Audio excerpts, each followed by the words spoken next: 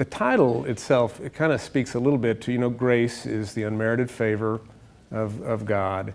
And I'm kind of in one of those situations that at my age, I feel like in looking back, even in the midst of adversity and all the ups and downs that we all go through, that I have been graced greatly with God's favor, and I'm a bit amazed by that. Some parts in that period of the book, that chapter or something, and there also deal with some great failures in my life, where and it was really those moments of grand failure that were ultimately the moments at which I decided to give God a moment of my time. The Crystal Dittmeyer case was, in many ways, a watershed experience for my walk with God.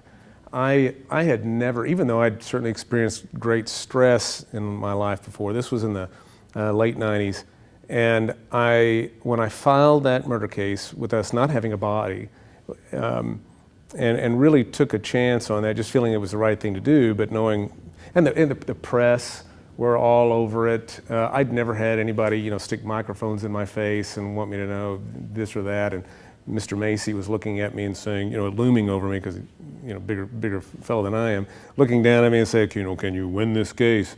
And I just, and in my heart of hearts, I didn't know the answer to that question. And so that was when my prayer life started getting severely ratcheted up. And it's funny how we wait until we're especially in the deep stuff.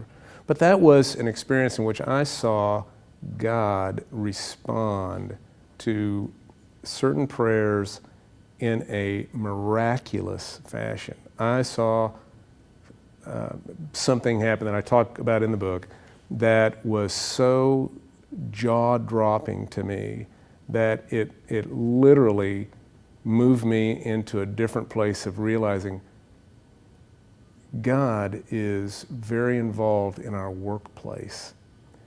He's not just the Sunday go-to-meeting God.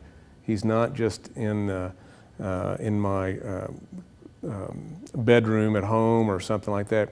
He permeates all that we have, and He is willing and available to show up in response to believing prayer. And so that was a remarkable experience.